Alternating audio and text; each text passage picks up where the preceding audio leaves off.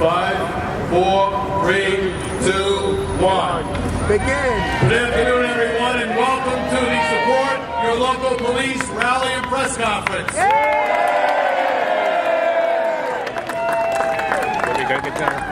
My name is Joseph Concannon. I'm a retired captain with NYPD, and we support our local police.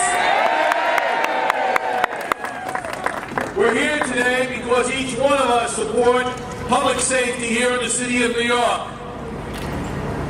We're here also because we support our local police department, the NYPD. We're all members of law enforcement throughout the nation.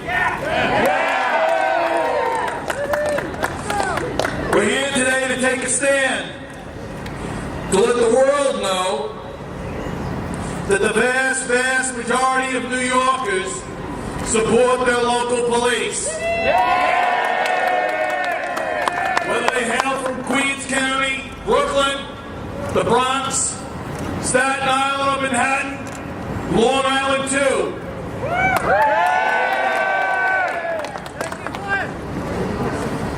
The people who will be speaking here today represent almost every segment of society: civic, religious, ethnic, veterans groups. They're all here for the same thing.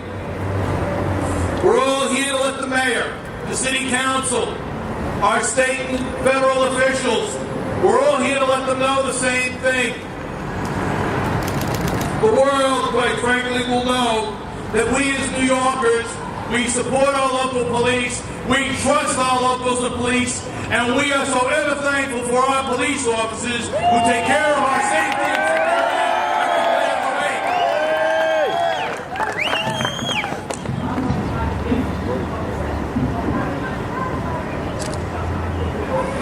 Excuse me. I ask you this: who speaks for us? Not the Blasio. Not the mayor. Who speaks for you? Not the Blasio. Who speaks for you? Who speaks for me? Who speaks for all of us? Who speaks for the vast majority of New Yorkers who live in this borough, this city, this state, this nation, who work in this city? Not Al Sharpton. Not Al Sharpton. Not the Who study in this city, who raise their families in this city? Who speaks for us? We do. Who speaks for our police officers and our firefighters who every single day of the week put their lives in jeopardy, their lives on the line for each and every one of us so that they can protect us? Does the mayor, the city council, do some of our state, federal officials, do they truly speak for us?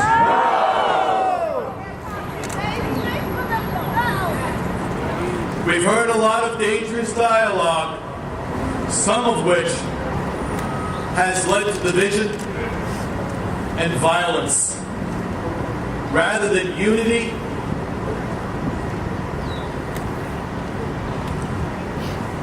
and respect. Our voices will be heard.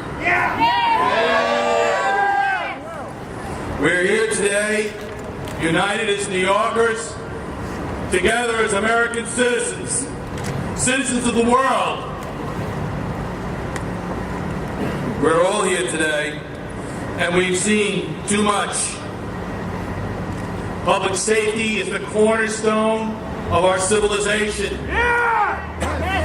Law and order is the very fabric of our society. Whether you live here in New York, Main Street, USA, or somewhere in Paris, France,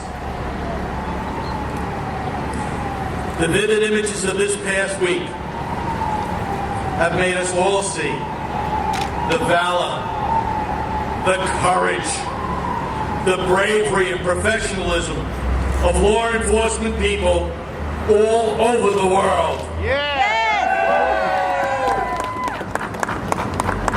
My voice, your voices, will be our voice. They will hear us from here in Queens County, New York City, to Paris, France. And they will echo what we say. Support your local police.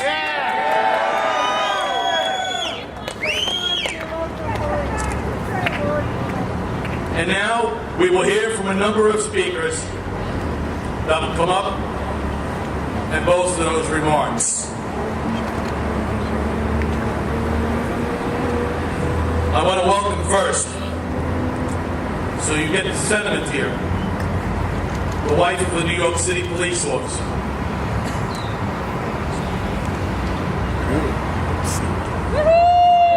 This is Janet Badrick. She's the wife of a New York City police officer. Welcome all. Thank you so much for being here today. As Joe said, my name is Janet Badrick, and I'm a daughter, sister, niece, cousin, in-law, neighbor, and friend of generations of law enforcement. But today I'm speaking to you as a wife of one of New York's finest. I'm proud to say in 2 weeks from today, my husband will be celebrating 27 years with the NYPD. Before our wedding, many people asked me if I was nervous about being married to a police officer. And growing up in a police family, I never gave it a second thought. And then reality struck home. As all spouses of police officers, we well know that when they go to work and they are on the job, we are also on the job. Waking in the middle of the night when they're still not home from their shift, filling in the gaps as a parent because holidays, family events, and weekends are not on a police officer's schedule. And worse, hearing the news that a police officer was shot and not knowing any of the details. But my husband always told me to rest assured that no phone call was a good phone call. But as of late, I've never been so nervous, nor have I ever been so proud. The thought of what Detective Ramos's and Detective Lou's wives went through that day they did get that phone call is unimaginable. They went to work every day like everyone else, but they were killed only because they wear the color blue, as my husband does. A fact that all police officer spouses have to keep in mind, but we can never imagine. As a police officer's wife, I want to shed some light onto those who perceive the NYPD as nothing more than those who give out tickets, make random arrests, and give meaningless summonses. They are so much more than that. My husband is so much more than that. They're not cops on patrol just looking to make a bust. They are, in fact, the guardians of our city. They are the first to respond to a 4-year-old who may be drowning in their parents' pool. They are the ones who carry a senior citizen across an icy street. They're the ones that rescue a puppy that could be stuck in a sewer. And yes, most importantly, they do get the bad guys. They also are the ones who will run up a burning building with their brothers in the FDNY. They are our heroes.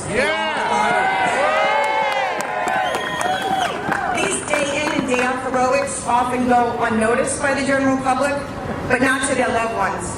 And I find the utter lack of respect extremely offensive. We understand the strength it takes to do their job. We understand the toll it takes. We understand that they are human. We understand the overtime hours that they have to do and appreciate it. Because those in the NYPD protecting the largest city in the world are still the least paid. Yet despite everything, when their backs are against the wall, they wake every day, and yes, they do their job. And they never bring the job home, as they are too modest and humble. We do appreciate you all. We thank you. You are our heroes, you are our guardians, both on the street and at home. You are our children's role models. And I'm honored to be standing here before you today as a wife behind the badge of one of New York's finest. And I thank you and God bless you all. And as my children say every day before John leaves for work, stay safe, Daddy. Thank you.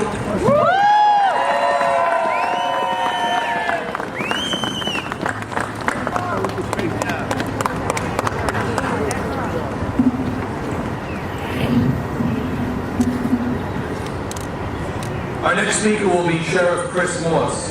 From Chemung County, Sheriff Chris Moss, President of the New York State Sheriff's Association. Welcome, please, Sheriff Chris Moss. Thank you. First and foremost, I'd like to thank you for the invitation to address not only the members of the New York City Police Department, but the law enforcement officers throughout the great state of New York and throughout our country. As President of the New York State Sheriff's Association, and on behalf of the 58 elected and appointed sheriffs across the state, we want you to know that you have our full support, and we want to thank you for the tremendous job you do every day, not only to keep New Yorkers safe, but to keep safe the 50 million plus visitors that come to this great city. The New York City Police Department, the New York City Police Department is one of the most diverse police departments in the United States, and you should be proud to be considered the crown jewel amongst law enforcement agencies. As a law enforcement officer of over 25 years of experience, I'm here to tell you that police chiefs and county sheriffs across this country want nothing more than to have open discussions on how we can improve relationships with the communities that we protect and serve. We welcome those discussions, but I have to tell you, if we truly want meaningful discussions with meaningful results, individuals like Al Sharpton can have no seat at the table. We need honest individuals with no hidden agenda in order to make positive progress. Because as Winston Churchill said, courage is what it takes to stand up and speak. Courage is also what it takes to sit down and listen. In closing, I want to leave you with this. Remember, it's easy for individuals who have never worn the uniform to critique and criticize. They've never experienced the awesome responsibility you have for keeping others out of harm's way. But more importantly, some will never understand the honor, the commitment, and the sacrifice that come with wearing the uniform. I want to thank you for having me, and God bless you.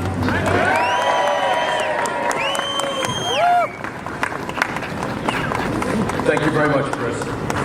Our next speaker will be Ann Skalpachakit, National Federation of Republican Women, Caring for America's Regional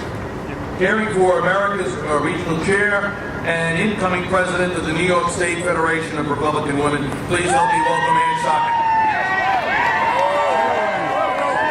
And thank you, Joseph Concannon, for giving us all the opportunity to gather here today. I am privileged to stand here today with you, my friends, because I support our police. I stand here as a proud American, a proud New Yorker, a Jewish woman, a daughter, sister, mother, and grandmother, and I support our police. I support our police. As a media and public relations specialist, I worked shoulder to shoulder alongside our police officers for 2 decades. And what did I learn? What did I see? They are dedicated professionals who answered a calling to protect us and to make a difference. And the difference that every good police officer makes should be remembered and revered. With every single step that you and I take along the streets where we live, work, raise our families, and enjoy the privilege of working in a country that safeguards our liberties and freedoms. What would our country be if you and I, who respond innately to run away from danger, leave behind only an empty trail, a future for our children, our families, that's emblazoned with only despair and defeat? Thanks to our hero police officers who run towards danger, who risk their lives every single day to protect us, they leave a trail filled with hope, filled with light, and filled with help. Who are these police officers who are trained to withstand the pressures, threats, and hazards that you and I are not truly capable of handling by ourselves? They are our family, our friends, our neighbors. We know them. We are the people whom they protect and safeguard every single day and shield us and our families from harm's way. My friends, These are precarious times.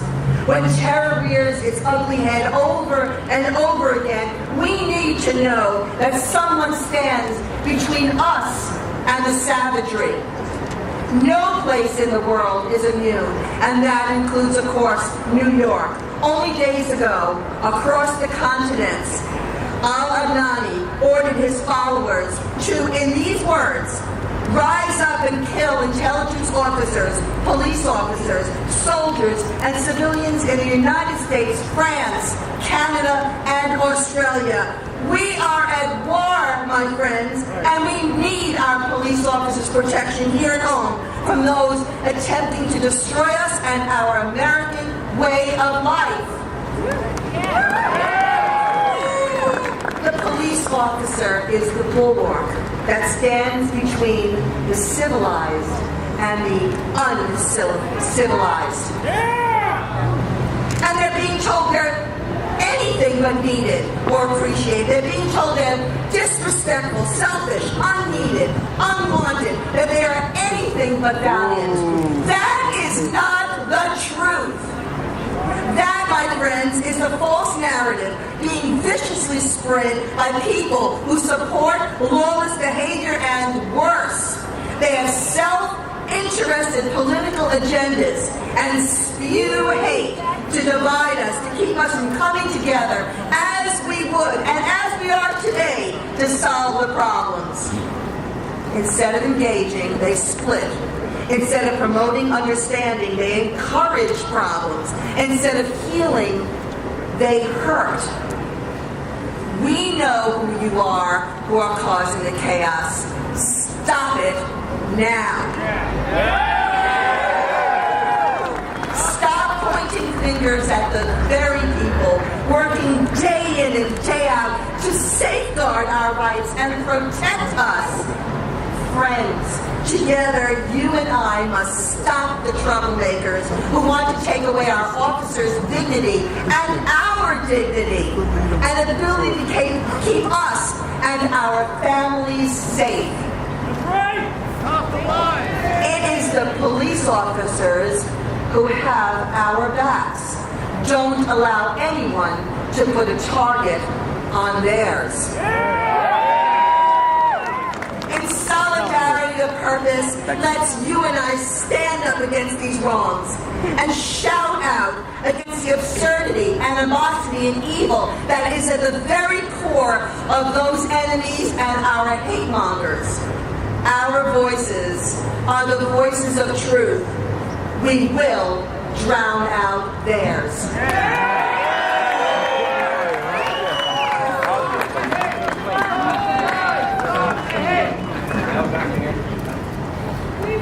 Okay, our next speaker will be Jeffrey Weisenfeld. Jeffrey is the former senior aide to Governor Pataki, Senator D'Amato, and Mayor Ed Koch. First of all, thank you, Captain, for what you're doing here today and what you want to do in the other boroughs. This is so needed by the city. You hear it every place you go. And I also want to say, with regards to the remarks we just heard from Ann, what she suggests is so important. Intellectual honesty in approaching a problem and understanding its causes is the first step to solving it. And we haven't recognized what is causing the problem fully in Paris and Boston on 9/11. And we have to get to the problem of the disrespect of our police here in New York, all collectively. All of us here are doing that today. With my years in government, I always recognized, regardless for whom I work, that the relationship of that public official, whether he was local, citywide, statewide, or national, had to be a positive relationship with the police in order for him to help society fulfill its most basic requirement, that of providing safety for the public. Now, let's be clear. Minority communities have benefited the most from this city and its administrations of the past 20 years. They have benefited the most. Now, we know that there are these rare, unintended tragedies. We know that. But they pale in comparison to the legions of people who have been saved by the police. You don't have to ask me. Ask the church ladies in those communities. They know it better than anyone. They're the most truthful. They will tell you how many kids have been saved in legions by our police department. Now, even under Mayor Dinkins, when crime swelled, and he had, of course, an aberration where he appointed a police commissioner who was a theoretical fool. But eventually he learned from his mistake. He wised up. And yes, David Dinkins bequeathed us Ray Kelly. He did. Will the current incumbent learn? I don't know. I can't predict. But let me say this. Let's be clear. It is an absolute assault on the dignity and safety of our police for the president, the mayor, and others to elevate and rely upon, let's say it, a reverend with no evidence of widespread support from the black community, a hoaxer, a corporate hustler, yes, as reported by more than one newspaper, but we knew it anyway, working for himself and making 80 ignominious visits to the White House, the center of power in this country. Allowing disorder in the streets, damning people in real need of ambulance or other help to be stuck in traffic and possibly die so that hooligans can assault police. This is a mayor's job? This is what a mayor of the city of New York does? This is shameful. There is a social compact. We all pay very high taxes for that social compact, for the privilege of living in this city. So I say to you, whose streets? They're our streets, not the streets of the hooligans. Leftist public officials, convicted armed robbers, bedmates of convicted armed robbers, all manner of hooligans have been allowed to bring chaos and violence to the streets of our city unimpeded. So I say to you, Mr. Mayor, it's not too late. In fact, we're stuck with you for 3 years. Apologize. Make it right in this city. You're a healer, so you say? Don't be two-faced about it. Your worldview, you're entitled to your worldview, but you cannot impose your radical worldview on this city. Give us back the confidence of our police. Give us back their desire to operate with full vigor and knowledge that you will defend them. We expect to hear that from you, Bill de Blasio. Thank you.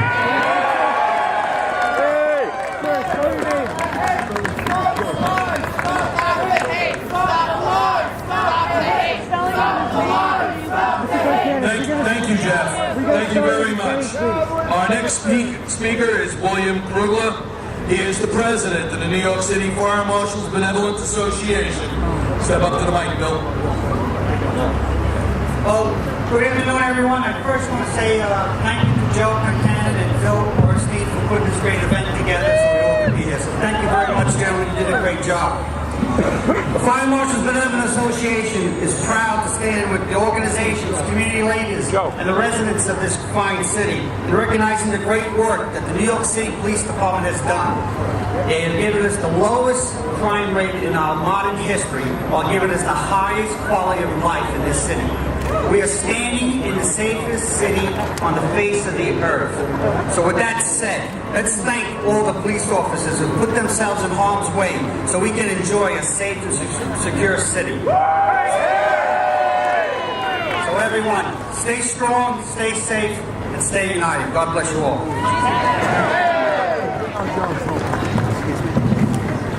Thank you very much, Bill. I certainly appreciate it. Our next speaker is Helen Friedman. Helen is the Executive Director for Americans for a Safe Israel, AFSI. Helen, please step up to the mic. You must wonder why someone from Americans for a Safe Israel would be here today in support of the NYPD. It's because Israel has been fighting this war against radical Islam for decades. People are just discovering it now because it happened in Paris in such a horrific way.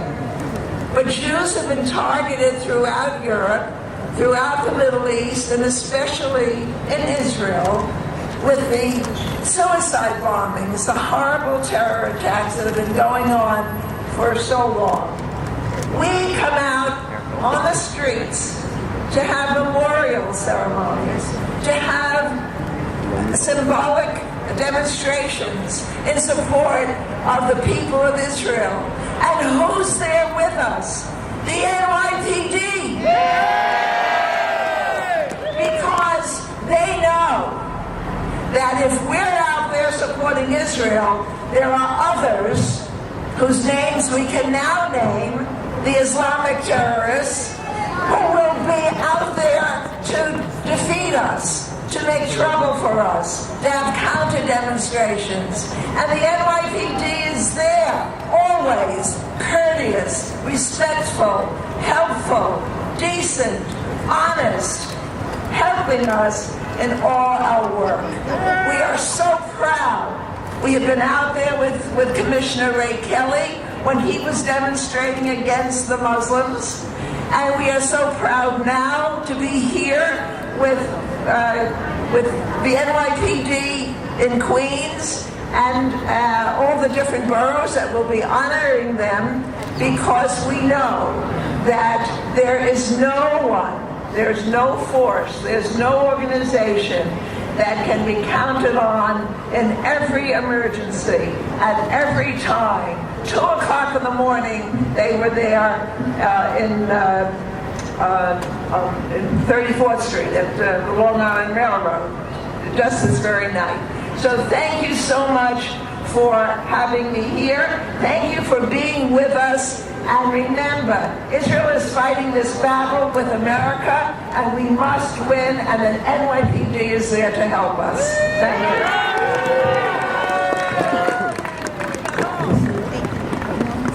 Thank you very much, Helen. Our next speaker is DeRoy Murdoch. DeRoy is a contributing editor of National Review Online and Fox News contributor. Please welcome DeRoy Murdoch. Thank you very much, Joe. My name is DeRoy Murdoch. I've lived in New York City since I moved here from Los Angeles, California in 1987. 3 years after I arrived, as crime devastated our city, 2,262 people were murdered in New York. If that year's homicide rate had continued, I calculate that almost 27,000 additional New Yorkers would have been killed between 1994 and 2014.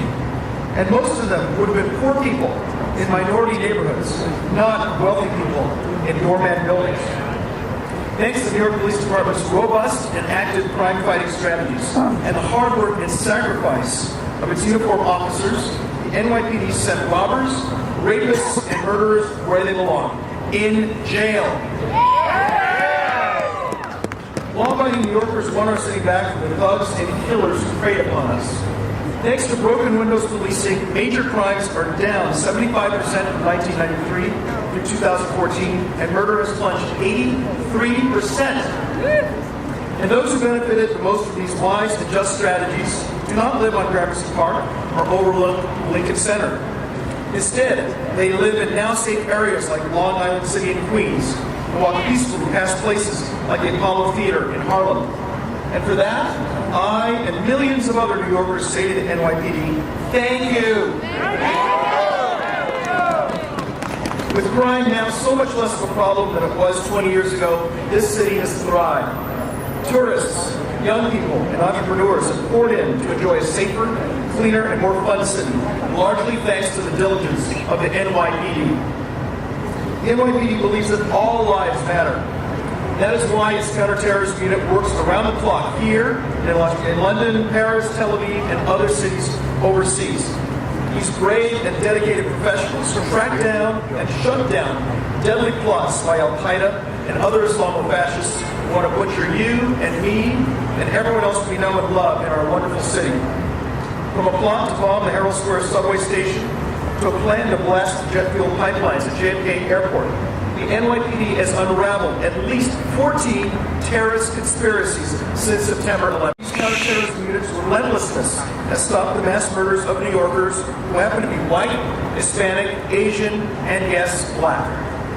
So for preventing dozens, hundreds, or even thousands of violent deaths by radical Muslim extremists, I say to the NYPD, thank you very, very much.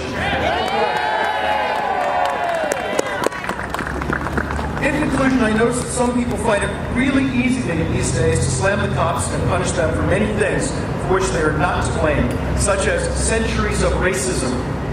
And yet, whether it's an average taxpayer, an elected official, or an overexposed agitator, when things get really scary and people need serious help right now, what are the 3 words that you hear them say over and over again? Call the police. Thank you very much.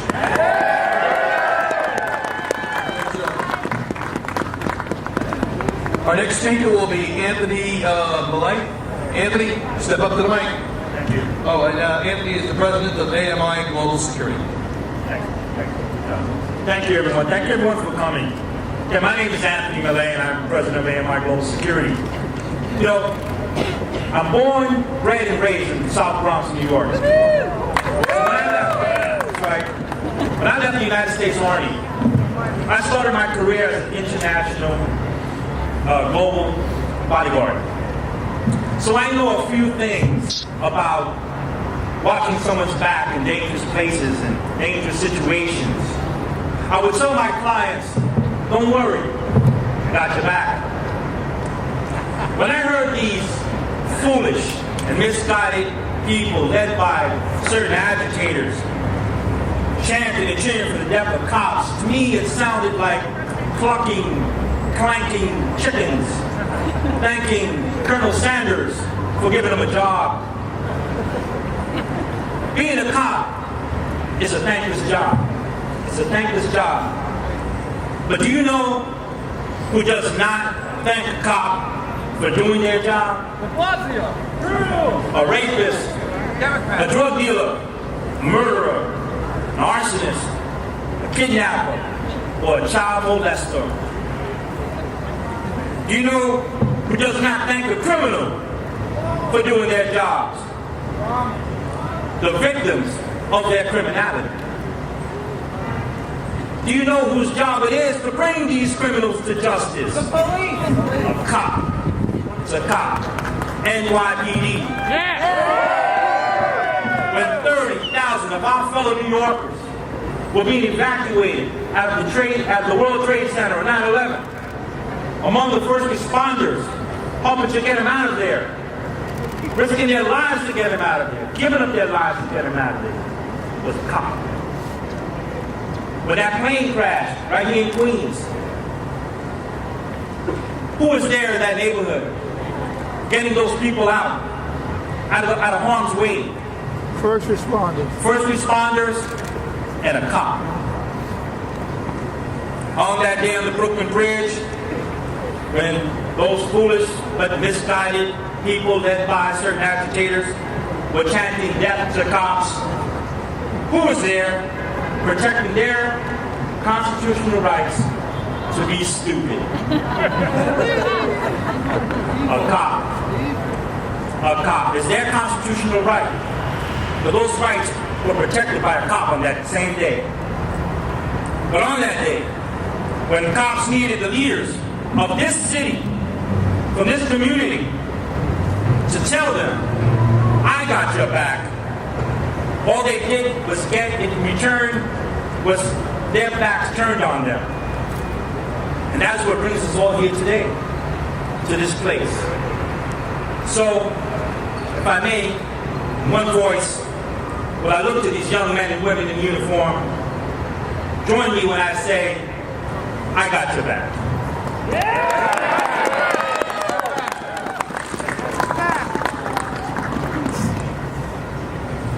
Our next speaker is City Councilman Eric Earl. Eric, step up. Thank you, Joe. Thank you, everyone. Today we stand here on the steps of Borough Hall in a city that is safer than it's ever been in its history, and we have the men and women of the NYPD to thank for that. But the real truth is today is that we stand here representing the silent majority of New Yorkers who support the men and women of the NYPD. city. Now we know that cops are under attack in the media, by grandstanding politicians and elected officials. But the silent majority of New Yorkers are not protesting in the streets. The silent majority of New Yorkers are not laying down and disrupting traffic.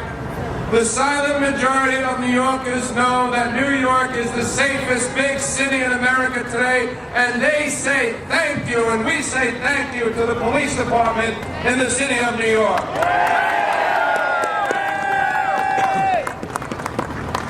The police need more than our vocal support today.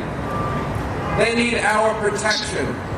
They need to know that City Hall, that Albany, that Washington, and every level of government stands with them and stands with the job that they have to do, the very often difficult job that they have to do. More than 7,000 police officers are patrolling the streets of the city today with an outdated or an ineffective bulletproof vest. It's not right. Police officers who graduated from the academy last week and 6 months ago do not have the same protections in their pensions. God forbid they are fatally shot in the line of duty. Their families will not be taken care of the same way a cop was 5 and 10 and 20 years ago. This level of inequality is not right. When the mayor of the city of New York is meeting with the protesters, and the mayor of the city of New York is letting the professional police critics and the editorial boards dictate the policies of how the police department is run. That is not right. And that is why we have to stand here today and let the whole city know in every community that the cops are the good guys, not the bad guys. And that we will stand with them today and every day until everyone in this city knows that we support the NYPD. Thank you very much.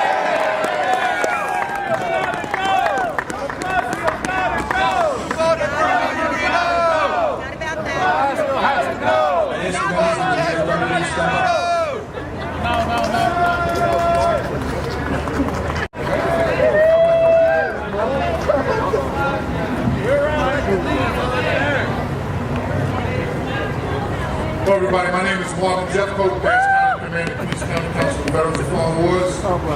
We have our current County Commander, we have our current County Commander, Ryan Graham, who couldn't make it here today. We wanted to show our appreciation from the Veterans of Foreign Wars to a man that stepped up to the plate and put this rally together. Captain retired Joseph Concannon, NYPD. We have a citation that reads as follows. Veterans of Foreign Wars of the United States Certificate of Appreciation awarded to Captain Joseph Concannon, NYPD retired, in grateful recognition of undying adherence to the highest ideals of law enforcement in maintaining, prescribing, and protecting the lawful rights of all citizens. In witness whereof, we hereunto set our hands in the official seal of the Veterans of Foreign Wars of the United States this 13th day of January 2015. Signed, Ryan S. Graham, Queens County Commander. Marvin R. Jeffcoat, Queens County Adjutant. Joe, on behalf of all veterans, and especially the veterans here today, good job with so much hours. And you protect the gains that we gain overseas, that protect us all, you protect us here at home with that. So, for putting this rally together, my friend, thank you very much.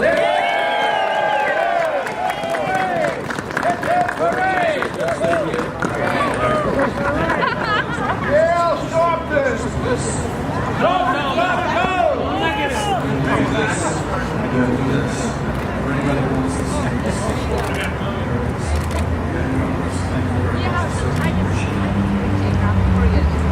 안녕하세요. 안녕.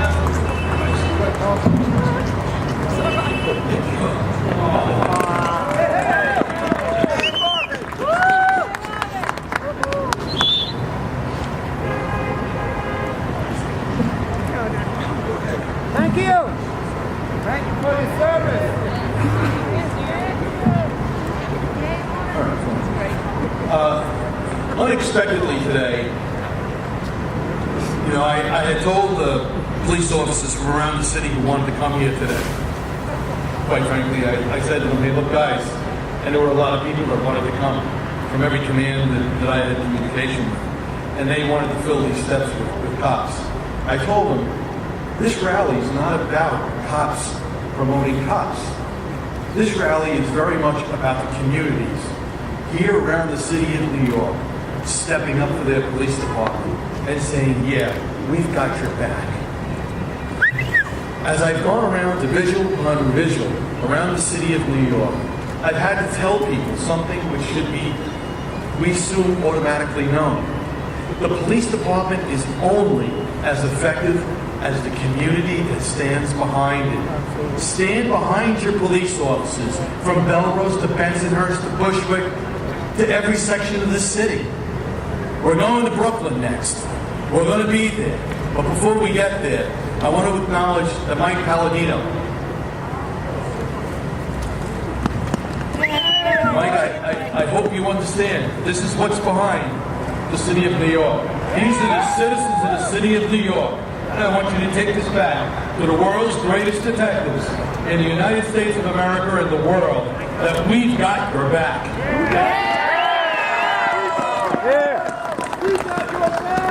I'd like to say a few words to you. Thank you, Joe. Thank you so very much. You epitomize what it means. Once a cop, always a cop. Thank you for rallying the voice that really needs to be heard, that hasn't been heard yet. And as the good councilman said, that silent majority of those citizens who support the NYPD. I am in my 36th year with the NYPD, and I have never in 36 years witnessed such a vicious attack on the NYPD and the hard-working men and women who risk their lives every day by elected officials in this city. How about little courtesy, professionalism, and respect for the members of the NYPD? Now, I have a little message for some of the elected officials in this town. They need to be reminded that this city is the economic engine for this state and probably for this country. But more importantly, the fuel, the energy that runs that economic engine is the NYPD. Without that fuel, I hate to say it, without the NYPD, that economic engine could easily fail. So what we need to say now, to those of you out there who are active members of the NYPD, the retired members of the NYPD, and I was certainly so very impressed anytime a spouse of a member of the NYPD speaks. But what I want to say to all of you is that in case you haven't been told lately, or maybe you were never told at all, thank you so very much for the sacrifices that you make. You get up every morning, you put your life in harm's way, and you do not get told enough. Thank you very much.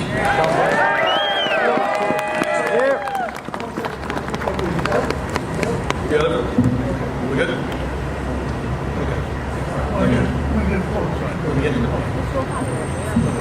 All right, everybody. Before I trip and break my neck here. All right. That is our rally for today.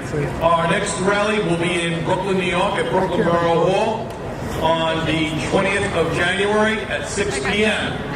We hope not only to see you there, but about 5,000 other people as well.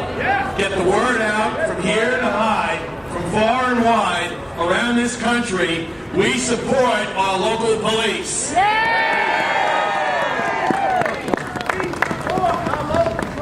Thank you very much. We will do a press conference here. Just give them a few minutes.